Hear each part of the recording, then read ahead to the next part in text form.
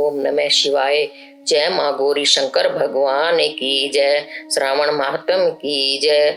बंधुओं, भक्ति गीत वर्षा में आपका हार्दिक अभिनंदन है।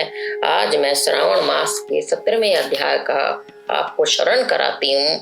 बोल श्रावण मास महात्म की जय।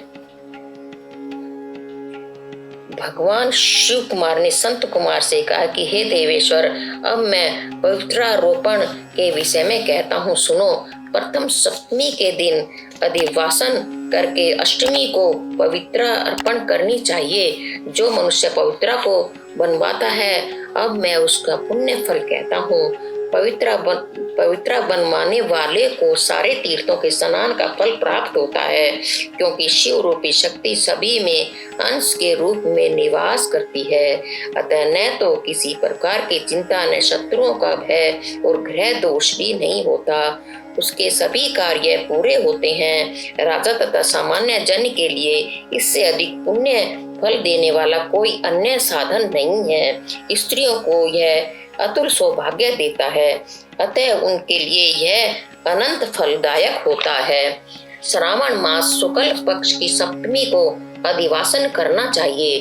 पूजा की समस्त सामग्री इकट्ठी करके देवी जी के सन्मुख भक्ति भाव से गंध, पुष्प, फल व अनेक प्रकार के वस्त्राभूषण एकत्रित करके पवित्रा करनी चाहिए। पंचगव्य से प्राशन करना चाहिए। बलि देनी चाहिए। सुंदर पत्रों व वस्त्रों से पवित्रा को ढकना चाहिए। श्री देवी जी के मूल मंत्रों का 100 बार जप करना चाहिए। तत्पश्चात देवी जी के समक्ष पवित्रा प्रतिष्ठापित कर देनी चाहिए। देवी जी के लिए सुंदर मंडप बनाना चाहिए। रात्रि जागरण तथा गीत संगीत आदि से उत्सव करना चाहिए। अगले दिन प्रातःकाल उठकर शौच स्नान आदि से निवृत्त होकर फिर बलि देनी चाहिए तथा विधि विधान पूर्वक श्री देवी जी की पूजा अर्चना करनी चाहिए। स्त्रियों तथा ब्राह्मणों को भोजन कराना चाहिए। फिर पवित्रा देवी जी को अर्पण करके पवित्रारोपण के आरंभ व अंत में दक्षिणा देनी चाहिए। नियम में व्रत आदि अपनी सामर्थ्य के अनुसार धारण करने चाहिए। जुआ, शिकार तथा मांस भक्षण का त्याग कर दें। ब्राह्मण तथा आचार्य को स्वाध्याय का, वैश्य को कृषि अथवा व्यापार का कार्य 7, 5, 3, 1 या आधा दिन का कार्य अवश्य त्याग देना चाहिए। श्रद्धा पूर्वक श्री देवी जी का मनन करना चाहिए। जो लोग विधि विधान पूर्वक पवित्रारोपण नहीं करते, उनकी 1 वर्ष की पूजा अर्चना व्यर्थ हो जाती है। अतः श्री देवी जी में श्रद्धा भक्ति धारण करके पवित्रारोपण का कार्य करना चाहिए। श्रावण शुक्ल अष्टमी को भले ही सूर्य सिंह का हो अथवा करक का हो, पवित्रारोपण अवश्य करना चाहिए, क्योंकि पवित्रारोपण नित्य कर्म में ही सम्मिलित है। अतः इसके न करने से महान दोष लगता है। संत कुमार ने कहा कि हे प्रभु, कृपया मुझे बतलाइए कि यह पवित्रा किस प्रकार बनाई जाती है। भगवान शिव ने कहा, सोना, तांबी, सोम, चांदी के तारों या रेशम तंतुओं, उषा अथवा कांसे से निर्मित या किसी सधवा ब्राह्मणी के द्वारा काते हुए कपास के सूत्रों को पहले तिगुना तथा फिर उन्हें तिहरा करना चाहिए। इस प्रकार से 308 सूत्रों से बनी पवित्रा उत्तम मानी गई है। 270 सूत्रों की मध्यम व 180 सूत्रों की पवित्रा कनिष्ठ मानी गई है। इसमें भी 100 गांठों की उत्तम, 50 गांठों की मध्यम तथा 36 गांठों की अधम पवित्रा होती है, अथवा 6, 3, 4, 2, 12, 24 व 8 गांठों की पवित्रा बनानी चाहिए। 108 गांठों की उत्तम, 54 गांठों की मध्यम और 27 गांठ वाली कनिष्ठा पवित्रा मानी गई है। देवी जी की मूर्ति के नाभि तक की पवित्रा की सभी गांठें केसर में रंगनी चाहिए। भद्र की वेदी बनाकर देवी जी का पूजन करना चाहिए और देवी जी के सन्मुख कलश अथवा बांस की टोकरी में उस पवित्रा की स्थापना करनी चाहिए। 3 तारों में ब्रह्मा, विष्णु, महेश का आह्वान करना चाहिए।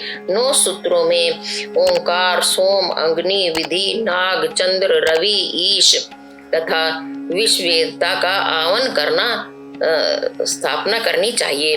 क्रिया, पौरुषी, वीरा, विजया, अपराजिता, मनोमणि, जया, भद्रा, मुक्ति तथा ईशा, इन नामों के आरंभ में ओम जोड़कर उच्चारण करना चाहिए। संख्या के अनुसार आवर्ती करके आह्वान करना चाहिए तथा चंदन, धूप आदि से ही षोडोपचार विधि से पूजन करना चाहिए। मैंने देवी जी का पवित्रारोपण तुमसे कहा है, इसी प्रकार से अन्य देवताओं का प्रतिपदा आदि तिथियों में पवित्रारोपण करना चाहिए। अब मैं विस्तार पूर्वक कहता हूँ, सुनिए। कुबेर, लक्ष्मी, गौरी, गणेश, चंद्रमा, बृहस्पति, सूर्य, चंडिका, अम्बा, वासुकी, ऋषि, चक्रपाणि, अनंत, शिव, ब्रह्मा तथा पितर आदि देवताओं का प्रतिपदा आदि तिथियों में पूजन व पवित्रारोपण करना चाहिए। अतः हे संत कुमार, यह प्रधान देवताओं का सर्वश्रेष्ठ पवित्रारोपण मैंने कहा है। भगवान शिव ने कहा कि अब मैं श्रावण शुक्ल या कृष्ण पक्ष की नवमी तिथि को किए जाने वाले कुछ शुभ कर्मों के विषय में कहता हूँ। नवमी तिथि को कुमारी देवी का पूजन करना चाहिए, नक्त भोजन करना चाहिए अथवा दूध व शहद मिलाकर भोजन करना चाहिए अथवा दोनों नवमियों को व्रत करना चाहिए तथा कुमारी नाम से चंडिका का पूजन करना चाहिए। चांदी की मूर्ति बनाकर पाप नाशनी दुर्गा जी की कनेर के पुष्पों से तथा गंध, अगर, चंदन, गशांग, धूप व लड्डुओं से पूजन करना चाहिए। तत्पश्चात कुमारी कन्या को भोजन कराना चाहिए। तत्पश्चात मौन धारण करके रात्रि में भोजन करना चाहिए तथा श्रद्धा पूर्वक सपत्नी ब्राह्मणों को भोजन कराना चाहिए। इस प्रकार श्रद्धा भक्ति पूर्वक श्री दुर्गा जी का पूजन करने वाला उस उत्तम लोक में निवास करता है जहाँ बृहस्पति जी निवास करते हैं।